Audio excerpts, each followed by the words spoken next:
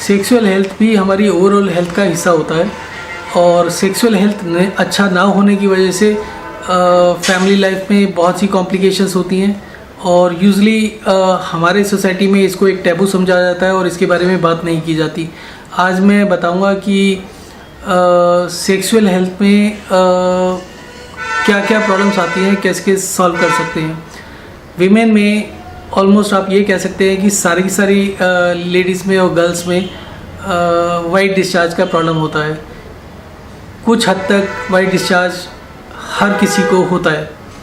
अब white discharge के समय क्या होता है कि सेक्सुअल एक्ट के अंदर वजाइना में ल्यूब्रिकेशन होता है। ये जो ल्यूब्रिकेशन होता है ये सेक्सुअल एक्टिविटी को बिना किसी डिस्कम्फर्ट के देर तक चलने में हेल्प करता है।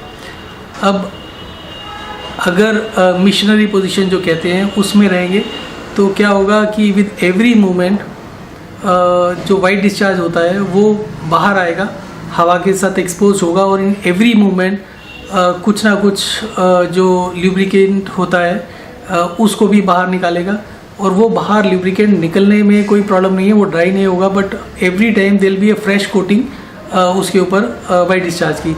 उस फ्रेश कोटिंग की वजह से वहाँ पर एब्रेशन होता है, वहाँ पर रगड़ लगती है और वहाँ पर रगड़ लगने की वजह से थोड़ी देर के बाद वो प्लेजर ख़त्म हो जाता है, क्योंकि जितना भी ल्यूब्रिकेशन सेक्सुअल अराउजल के टाइम पर होता है वो सारा का सारा वाइट डिस्चार्ज के साथ बाहर आ जाता है। तो इस इस कंडीशन को चेंज करने के लिए अगर विमेन टॉप पोजीशन में होगी और आगे की तरफ झुके होगी तो उससे क्या होगा कि जितना भी वाइट डिस्चार्ज होगा वो जल्दी से जल्दी आ भी जाएगा बाहर और ख़त्म हो जाएगा स्टार्टिंग में ही।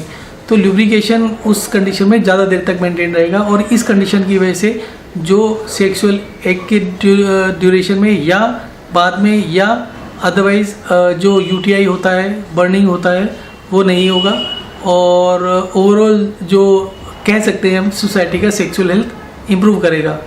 इसके अलावा भी बहुत से फैक्टर्स होते हैं जिससे कि सेक्सुअल हेल्थ को इम्प्रूव किया जा सकता है।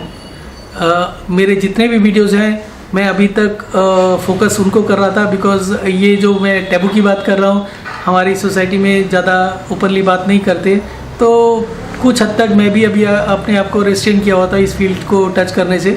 और अभी क्योंकि लोगों को अगर एसिडिटी के बारे में और बाकी सब चीज़ों के बारे में बताया जाए तो वो इतना ज़्यादा उसको समझ नहीं पाते, रिलेट नहीं कर पाते। तो आज से जो मेरा चैनल होगा उसका फोकस होगा सेक्सुअल हेल्थ और इसमें एक एक पॉइंट को एक्सप्लेन करके बताने की कोशिश करूँगा। एंड किसी को किसी भी तरीके के क्वेश्चंस हो तो मुझे कॉल कर सकते हैं या कमेंट्स में लिख सकते हैं। मैं कोशिश करूँगा कि सभी कमेंट्स को पूरी अच्छी तरीके से कवर करके अच्छे से उसका एक्सप्लेन करूँ।